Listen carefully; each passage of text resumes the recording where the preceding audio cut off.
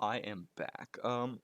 I did have a video today that I wanted to upload, but I wanted to make another one because I tweeted about it a while ago, but I wanted to talk about this game. Let me see if I can find it. But also follow my Twitter. Follow my Twitter. This game, WHG, WBG Game 1. It's just, I want to talk about this game so much because it's got such cool macro and like a draft. So basically, we'll kind of start out with the first few things. You'll notice Graves jungle, Lulu mid. Um, I'll sort of get into like why later, obviously when I talk about macro more, but you just gotta realize a few things.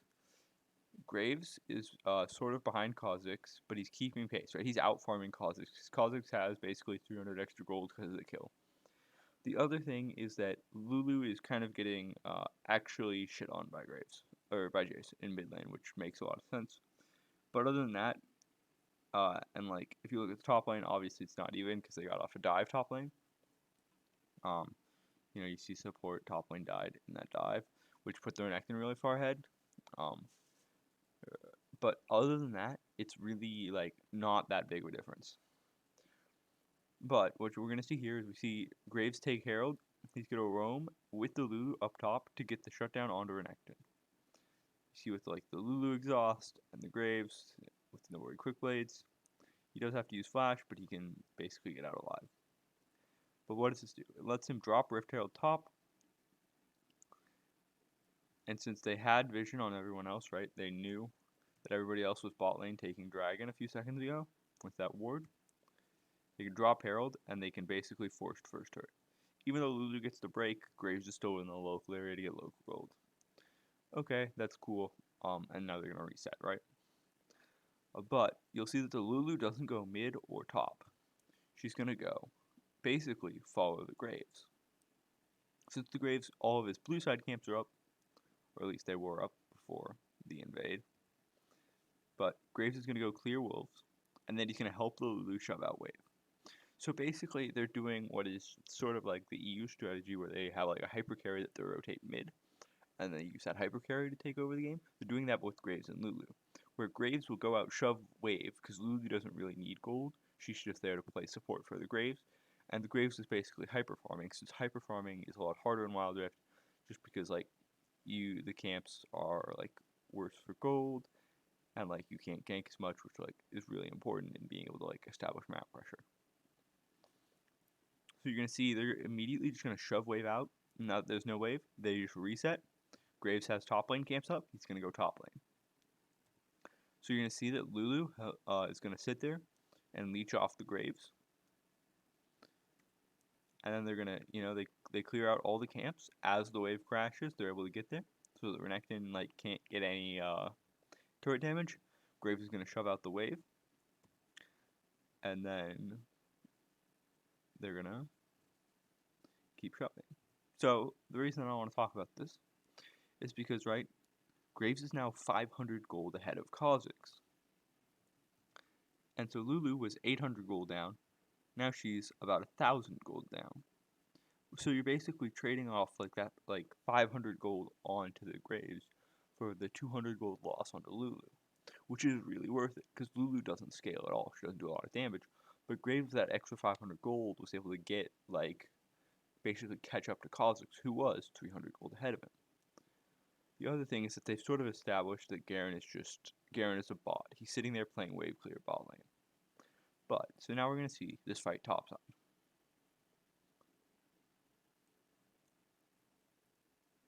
So you see they immediately shove out wave and then they back off towards their turret. And as they go in, Graves immediately tries to back off and be able to not take any damage, take as little as possible because he doesn't have the full BT yet.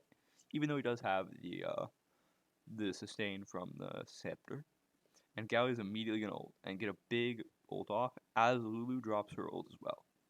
So they're CC chained, which allows them to get that Renekton kill really fast.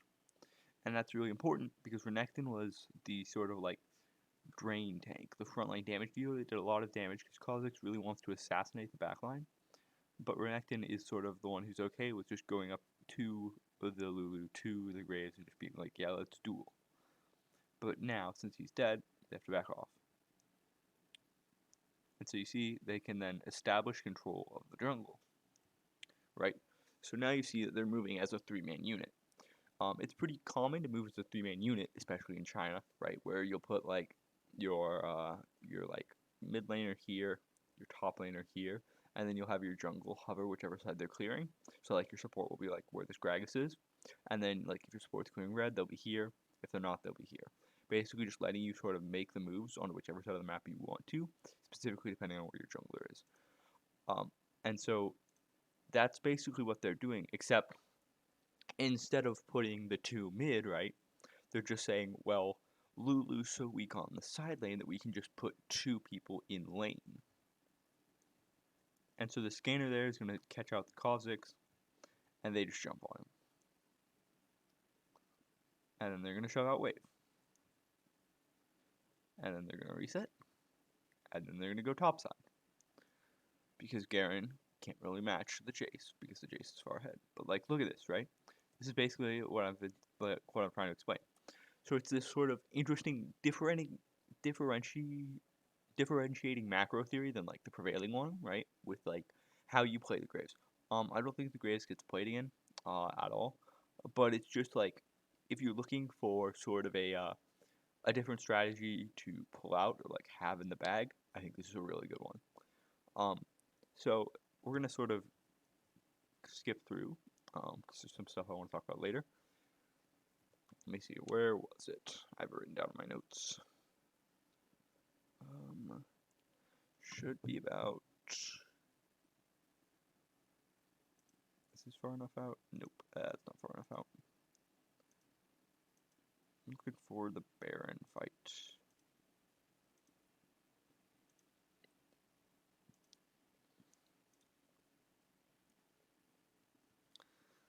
So you can sort of see now that they've fed the Graves, he's started to do a lot of damage. He's got that full item up on Kha'Zix, and he's just chunking people.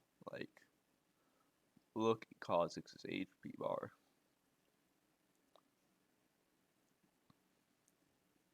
So now I want to get to the Baron fight. Is this it? Nope. But you can see, again, just to highlight it, look at what they're doing, right? They have such a good line of vision around Baron. And then they've got looks like a pink ward right here. So that you can't even place any sort of vision around Baron. So they can just kind of bait Baron. They get rid of all the wards, and then they can force people to come into them like that. They don't get the chunk there, obviously, but they get a lot of damage. And so now the team of WBG can't really safely go in. So you see right here, right, Faye comes in to try to get that ward down to get some sort of vision. But because they have vision all over it, and because the Graves are super fed, he chilling smites, Lulu flashes over the wall, and they just do a ton of damage and get him dead. And so now they start taking the Baron.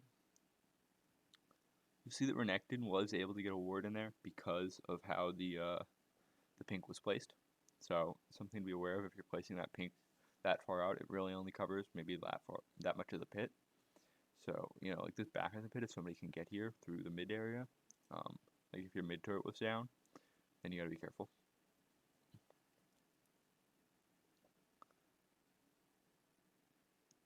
So this is sort of what I wanted to highlight here. Like, look at how deep in the Graves is able to go because of all of this good vision. And to look at where the wave is at, right? So it's just so hard for WBG to do anything, especially with that redemption coming down, because it means that they are, or actually no, that was the enemy redemption, right? No, that was the Lulu. And so that means they all get sort of topped up on health, even though the Baron's at 5k. And then like the moment they sort of encroach, you can see that WHG is going to position so that they can't get on to the Graves or the Lux, right? They're backing off here, so the Renekton doesn't have a good angle, but they have a good angle into, whoever they want to get on top of, specifically that Gragas. And then they collapse, and that allows them to get that kill, and then they immediately reset back onto Baron, since the top and the support are dead and the Jace has just respawned, they know that it's basically a 2v5. But then what they do is they send the Graves out, right? Because he is the most fed member of the team.